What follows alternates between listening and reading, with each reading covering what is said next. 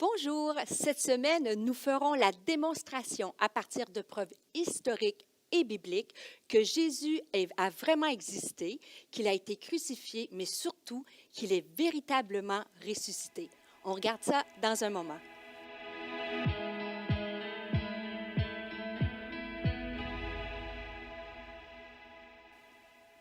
Bonjour, c'est une joie pour moi de passer cette semaine avec vous. Peut-être vous êtes un petit peu surpris ou surprise, mais je suis certaine que nous allons passer une excellente semaine. Surtout parce que le sujet que nous allons aborder est tout à fait palpitant. Et je profite de l'occasion pour remercier Pasteur Claude pour cette belle invitation. Et j'ai dit le sujet qu'on va aborder, c'est un sujet qui me tient particulièrement à cœur. Et si vous voulez avoir plus de détails, on aborde ce sujet-là, j'aborde ce sujet-là dans mon livre Espoir. Et dans ce livre-là, je parle de la fondation de notre espoir. Et comme croyant, cette fondation-là est la véracité de Jésus et de la résurrection. Et c'est un sujet qui est tellement important. Mais juste avant de développer le sujet, j'aimerais partager avec vous un des passages bibliques qui a marqué, qui est la fondation, je dirais, de ma vie chrétienne. Et ce passage-là se trouve dans l'Évangile de Luc au chapitre 10. Probablement que la plupart d'entre vous, vous le connaissez. Mais dans ce texte-là, dans Luc chapitre 10, au verset 25, il est écrit « Un docteur de la loi se leva et dit à Jésus pour l'éprouver, « Maître, que dois-je faire pour hériter de la vie éternelle? » Et Jésus lui répondit, « Qu'est-il écrit dans la loi? Qui lis-tu? » Il répondit, « Tu aimeras le Seigneur ton Dieu de tout ton cœur, de toute ton âme, de toute ta force et de toute ta pensée, et ton prochain comme toi-même. » Tu as bien répondu, lui dit Jésus, fais cela et tu vivras. Et c'est fascinant parce que dans ce texte-là, Jésus va répondre au docteur de la loi, aime Dieu, ton prochain comme toi-même. Et si tu fais cela, tu vas avoir la vie. Et le terme en grec pour vie, c'est zao, qui veut dire pas la vie physiologique, mais cette vie en abondance. Il ne dit pas si tu ne le fais pas, tu vas mourir. Il veut dire, si tu mets en pratique ces trois principes-là, tu vas vivre. Et lorsqu'on regarde le texte, Jésus va dire à un homme, à un docteur de la loi, il va dire, tu dois aimer Dieu de tout ton cœur, bien sûr, de toute ton âme et de toute ta pensée. Et le terme grec pour penser, c'est dianoia. Et ça veut dire l'esprit, la faculté de comprendre. Ça fait référence à l'intelligence. Et ça me touche particulièrement parce que Jésus est en train de dire qu'on doit aimer Dieu, bien sûr, avec notre cœur, mais aussi avec notre intelligence. Et pour moi, personnellement, des sujets qui éveillent en moi beaucoup d'incompréhension, puis je devrais même vous dire, si je suis honnête, d'indignation, c'est le mythe que la foi est le lot des faibles. Vous savez, souvent, on entend dire qu'avoir la foi, c'est une béquille, qu'avoir la foi, c'est pour les gens qui sont moins instruits, les gens qui sont moins nantis, et c'est complètement faux. On retrouve des croyants dans toutes les sphères de la société et de tous âges. Et j'aimerais juste, en commençant, briser le préjugé qui est tellement répandu que le christianisme serait basé seulement, vous savez, sur une foi aveugle, par un esprit qui est simple, incompatible avec l'intelligence. En fait, c'est comme si la foi, c'était juste irrationnel. Et souvent, on met en opposition le christianisme à l'athéisme et les préjugés alimentés, c'est que la pensée athéiste, c'est le fait que c'est rationnel, que c'est démontré par des évidences. Et honnêtement, et j'espère, c'est ce qu'on va faire la démonstration dans les 3 prochains cafés, nous allons démontrer qu'il est possible d'avoir la foi, et cette foi-là est basée sur des évidences historiques et bibliques. Donc, il est possible de croire en Dieu de façon, la foi peut être crédible, peut être rationnelle et intelligente.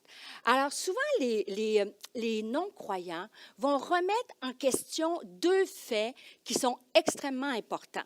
Le premier fait, c'est l'histoire, l'existence du Dieu créateur. Et peut-être pour les gens qui vous me connaissez, vous savez que j'ai écrit un livre qui s'appelle « Est-il possible lorsque la science et la foi se rencontrent ?» Ce livre-là est disponible en version Kindle sur Amazon. Amazon. Et si ce sujet-là vous intéresse, vous pouvez l'étudier dans ce livre. Mais aujourd'hui, pour les 3 prochains cafés matinaux, je vais parler de l'existence, la véracité et l'historicité de Jésus et de sa résurrection. Et comme je vous l'ai dit tout en commençant, si vous voulez plus de détails, c'est difficile de tout expliquer ce grand sujet-là en l'espace de 3 cafés, mais tous les détails se retrouvent dans mon livre Espoir ou c'est disponible sur Amazon ou si vous voulez, je crois que vous pouvez appeler à l'Église pour vous le procurer. Donc, l'historicité de Jésus. Cette semaine, on va se poser et je vous invite à faire l'aventure avec moi parce que les cafés vont s'imbriquer un à la suite de l'autre. C'est comme un mur qu'on est en train de monter et on va mettre brique par brique. Donc, cette semaine, je vais vous lancer 3 questions. Première question, Jésus a-t-il vraiment existé et a-t-il été crucifié?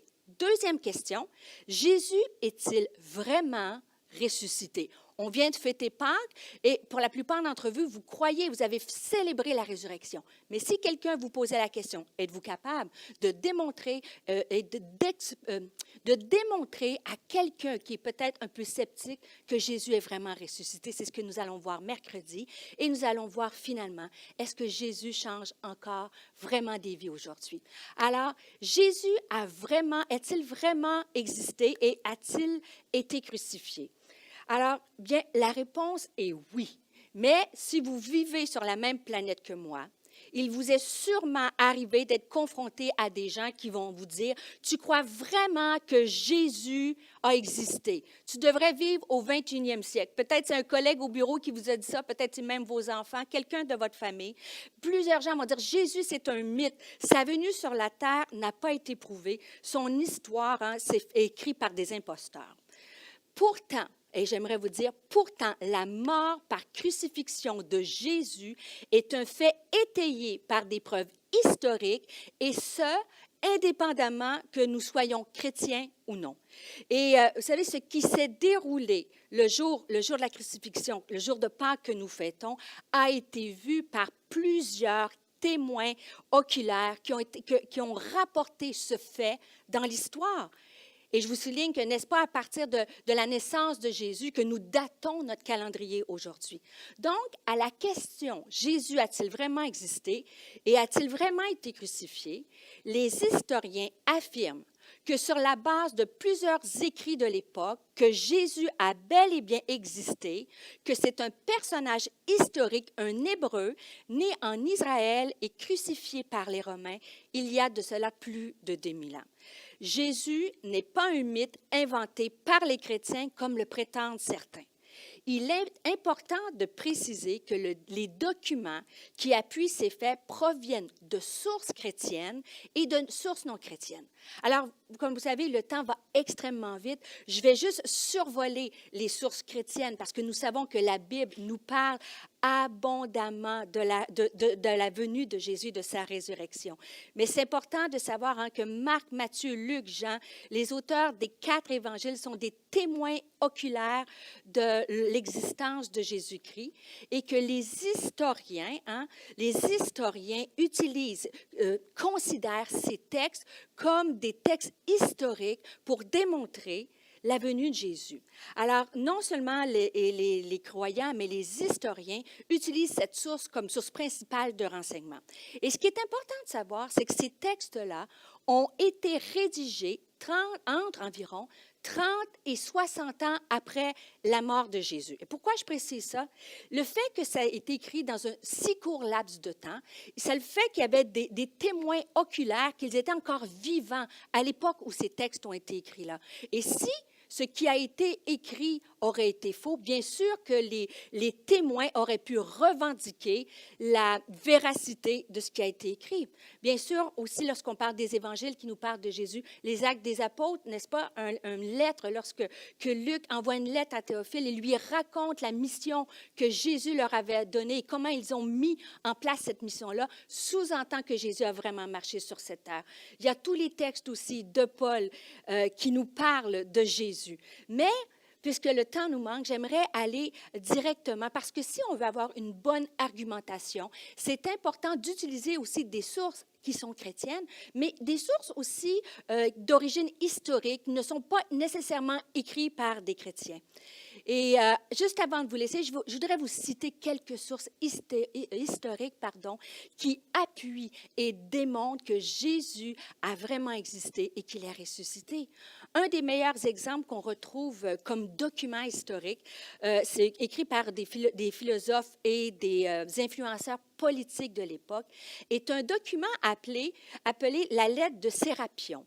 Et cette lettre-là est un bon exemple parce que Sérapion n'est pas un croyant, il est un philosophe stoïque de la province romaine de Syrie. Et ça dit, sa lettre écrite vers l'an 73 était destinée à son fils et on y retrouve dans cette lettre-là un passage qui a attiré les historiens. Il est écrit, et Sérapion va dire à son fils, « Quel avantage les Juifs ont-ils eu à exécuter leur roi sage? Le roi sage n'est pas mort pour de bon, car il survit dans l'enseignement qu'il a laissé. » Et ce philosophe-là, stoïque, confirme que Jésus est venu sur la terre, qu'il est mort et qu'il a laissé un enseignement qui porte encore. Et bien qu'il l'appelle le roi sage, tous les historiens s'accordent pour dire qu'il parlait de Jésus, Jésus de Nazareth. Tacite était un écrivain et était un gouverneur romain. Et dans un document aussi historique qu'il a laissé, il nomme Jésus pour expliquer le nom des chrétiens mis à mort par Néron au 1er siècle. Et je vais vous lire qu'est-ce que Tacite a écrit. Tacite a écrit, il dit « Néron produisit comme inculpé et livra au tourment les plus raffinés des gens détestés pour leur turpitude que la foule appelait chrétiens. Ce nom leur devient ou leur vient de Christ que sous le prinçat de Tibère, le procureur Ponce Pilate avait livré au supplice. » Alors, beaucoup de textes affirment et confirment que Jésus a vraiment existé et qu'il est mort par crucifixion. Et le dernier que je veux vous laisser avant qu'on quitte en prière, c'est le célèbre texte de l'historien juif Flavius Joseph, qui est très célèbre et qui a dit « Vers le même temps vint Jésus, faiseur de miracles. » Flavius est un historien, il dit, dans le même temps, vint Jésus qui était faiseur de miracles. Il attira à lui beaucoup de Juifs et de Grecs.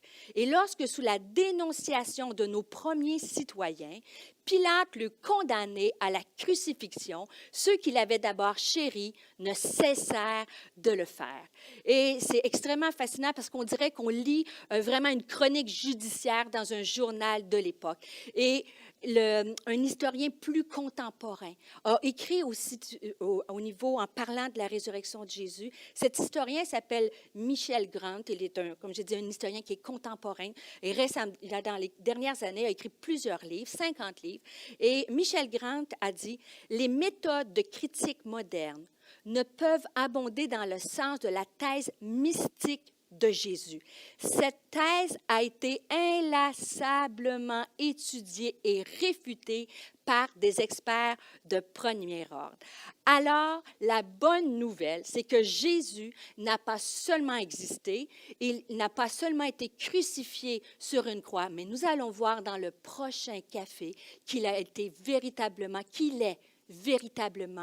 ressuscité. Et j'aimerais juste conclure ce premier café matinal ensemble par la prière. Vous savez, dans Philippiens, le dernier texte que je vous laisse, dans Philippiens chapitre 2, versets 6 à 8, ça nous dit « Jésus-Christ, dès l'origine, était de condition divine, ne chercha pas à profiter de l'égalité avec Dieu, mais il s'est dépouillé lui-même et il a pris la condition d'un serviteur. Il était 100% Dieu. Il a choisi de venir comme serviteur, de devenir 100% humain. Il a pris la condition de serviteur, il se rendit semblable aux hommes en tout point et tout en lui montrait qu'il était bien un homme. Il s'abaissa lui-même en devenant obéissant jusqu'à subir la mort, oui, la mort sur la croix, pour toi et pour moi.